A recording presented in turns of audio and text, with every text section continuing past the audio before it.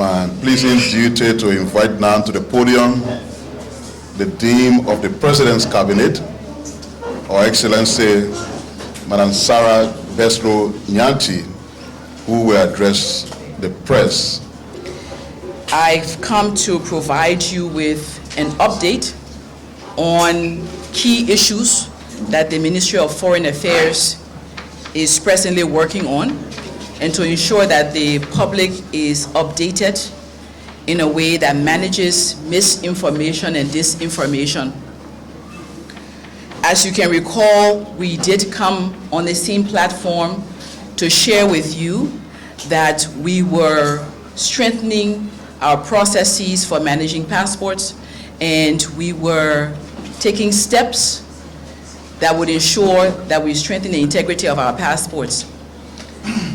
And following that, we started a process where we set up a team in the Ministry of Foreign Affairs, and that team has been engaging with those who had 6-year privileged passports, which is diplomatic, official, and service passports. And that team commenced their work ensuring that all those entitled to those passports had a replacement in a timely manner.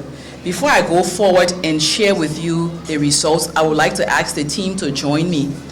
We have Hassan Conte, Garrison Jala, Geneva Tokba, Stephanie Wisse, and Paul Gaffouin. Garrison Jala has been leading the team with Paul Gaffouin co-leading, and this team is a young team, I'm proud to say, a very young team that has been doing an exceptional job for the Republic of Liberia.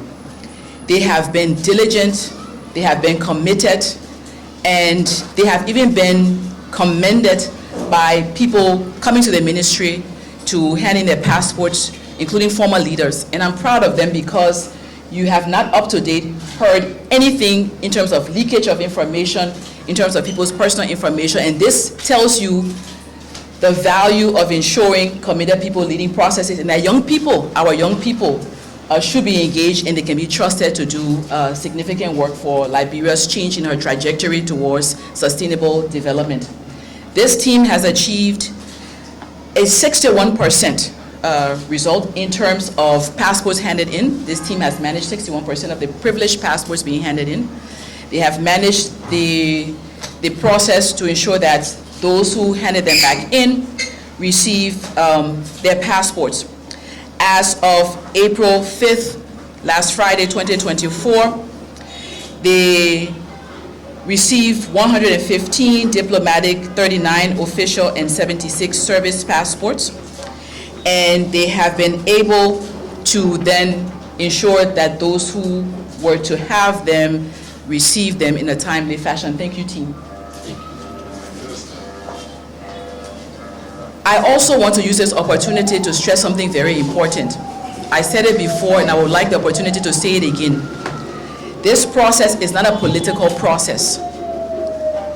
It's a process that ensures that the Liberian passport can be respected. They started with the privileged passports, but the exercise is for all passports. In the last week, some of you know what was reported. A Nigerian was arrested. He was vomiting and excreting cocaine, and I think it was 80 packets, and he was carrying a Liberian passport in the name of Karl Bismarck. That's what this is about. It's about ensuring that Liberians carry Liberian passports. It's about ensuring that the right people hold our passports, and that people who have nefarious attitudes and behaviors don't use our passports and use Liberian identity to carry out their crimes. It's about us as Liberians being proud to ensure that we have a system where only those who are entitled to the passports have them. We should not want to see our passports in the hands of drug dealers and so forth, and this is something that's been reported very recently. The incident happened in Lagos. This exercise goes beyond this. It will ensure that we even work with Ministry of Health and others to strengthen the source documents process. Because if somebody can get a fake birth certificate that says that they are Liberian, that fake birth certificate will lead them to getting an ordinary passport. The only passport that we have that transfers citizenship or indicates citizenship of a person is our ordinary passport. We should not want non-citizens to have our ordinary passports. We should not want those who are not privileged to have our privileged passports. So this requires all Liberians to join hands to ensure that we protect our identification tools, we protect our identity, and be proud of the fact that we are Liberians and only Liberians should have our Liberian passport. And please, we're begging you to cooperate with us as we work to ensure that Liberians have access to services that are improved, efficient, but that only Liberians hold Liberian passports. I also would like to update you on the situation relating to Liberians in Ghana. As you are aware, we have Liberians in Ghana who were living in the Buduburam camp. Even after closure of the camp was officially closed, we had Liberians living there. And there was a destruction of the camp that left Liberians homeless. The embassy in Accra had been engaging with the Ghana Refugee Board and working along with them to provide support to the Liberians. The Liberians were sheltered in 2 schools and a women's development center. And we had been, as the government, LRRC with Ministry of Foreign Affairs and other stakeholders, we have been having stakeholder meetings and so forth to look at permanent solution for these Liberians who are in this difficult situation. In the meantime, we had noticed last week that the Gomoa East Assembly had filed a lawsuit against a group of Liberians who were sheltering in one of the schools. And in response to that, the president quickly empowered us to be able to send a team into Ghana. LRRC and the Ministry of Foreign Affairs, they're there now, led by the Deputy Minister Jedi Ama. And from the LRRC side, they're led by Richard Hoff. They are there now. They've been engaging with the authorities. I here have engaged with the Ghanaian embassy. And through all of these efforts, they have been able to halt the case that they took to court to allow us time to be able to get our citizens back home.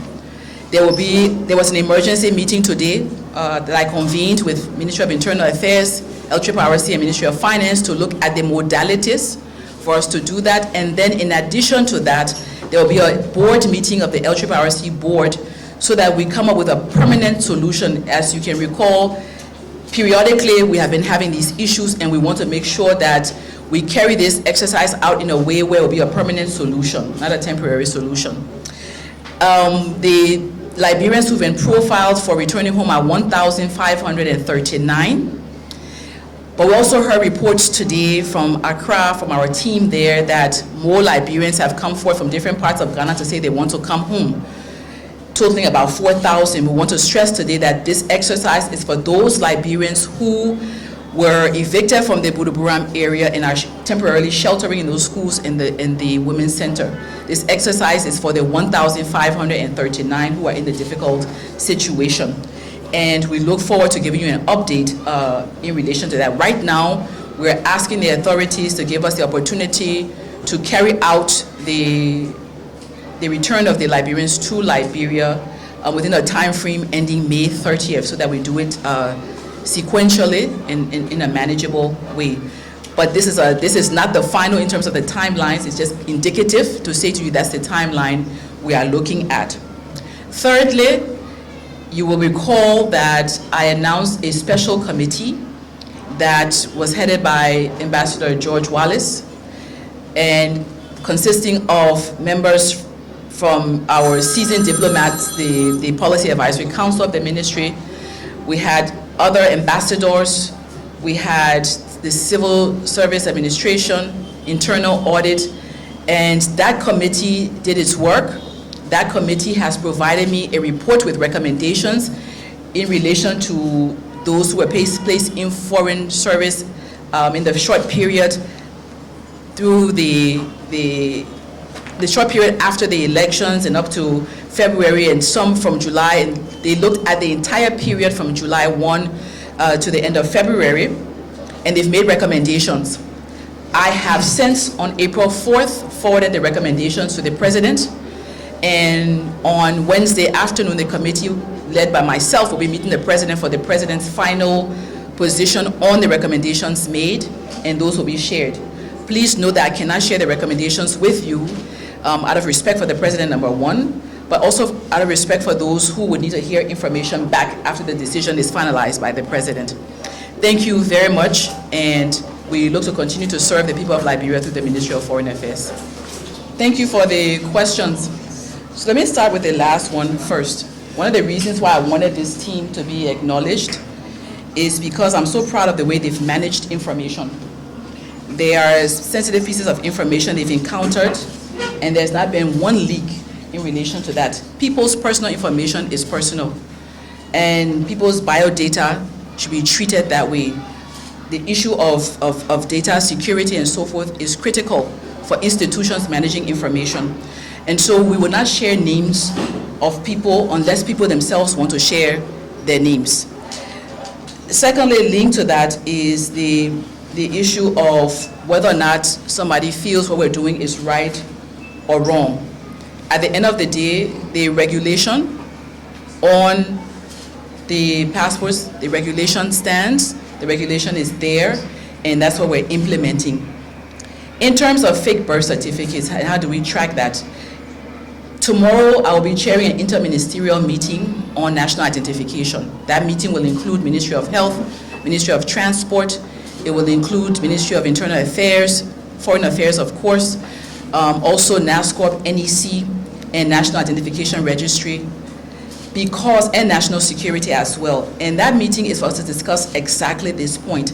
How do we make sure as a country that we have a national system that is strengthened to ensure that all of our documents are secure? You would not want anyone to be claiming to be Liberian if they're not Liberian. And today you may not be thinking it's a big deal. But when Liberia reaches the point where she's probably the most developed country in Africa and people trying to steal your identity, that's how you will care now. Because we don't want people, at the end of the day, having access to our resources and so forth when they don't have the right to have that. And for the ordinary Liberian, you don't think about that right now. You don't think about all that we have and all that we are as Liberia, but we are rich. We are rich, people want access to our resources, people want access to what we have naturally and so forth. And if we take it lightly, tomorrow, when we are stronger, we are better, and we're more prosperous, we'll not be able to exclude those people who are falsely claiming to be Liberians. Liberia is for Liberians. We need partners to come in and help us develop Liberia, but fundamentally, Liberia is for Liberians. And so we will be putting in place systems that will help us to manage our documents. It will not be perfect. Nothing is ever perfect, but we must work perfectly to try to make the system better for all of us. So those discussions will be ongoing. We're looking at opportunities to have interoperable systems for passport, driver's license, national identity cards, and so forth that will make it easier for our citizen services, that will make it easier where you won't have to go to do biometrics all the time, over and over again, and they're not linked. So these are the things we're discussing. It will include birth certificates, marriage certificates, death certificates, all of these different national instruments that we use for identification. In relation to ordinary Liberians who've been living in Ghana, who've been settled there, resettled there, and so forth, this exercise is not for them. If they want to come home, Liberia is their home. They can always come home, but this is for those in the dire situation who require humanitarian support. And let me add, we're also trying to provide some food support and so forth for those families in those difficult situations. Somebody was concerned that a former government official said the process was illegal, they will go to court. When was the minister last year? Maybe weeks ago. You should rather be going to that former minister and say, you said you are going to go to court, why have you not gone to court? Instead of asking her. Secondly, if you believe that it is your right to hold on to the passport, you will not turn it over. Wait until the period expires. Don't have any other passport, only that expired passport, take it and get on the plane and fly somewhere. You will learn a very hard lesson. So it's not about the normal political thing, anything that happens, people talking and condemning and trying to be in arms. This country will be okay. the state of lawlessness that has been here in the past 6 years will stop. And no amount of jumping around when decisions are taken will lead to reversal. You heard the minister right? 61% compliance level. Doesn't it tell you that besides maybe the 1 or 2 persons who are making noise, that the others are convinced that it's the right thing to do? Why do you give people passport for 6 years? And not just them, their families, their cousins, their all kind of different category of people associated with them. If you didn't believe that that was putting us as a country at risk, think about that.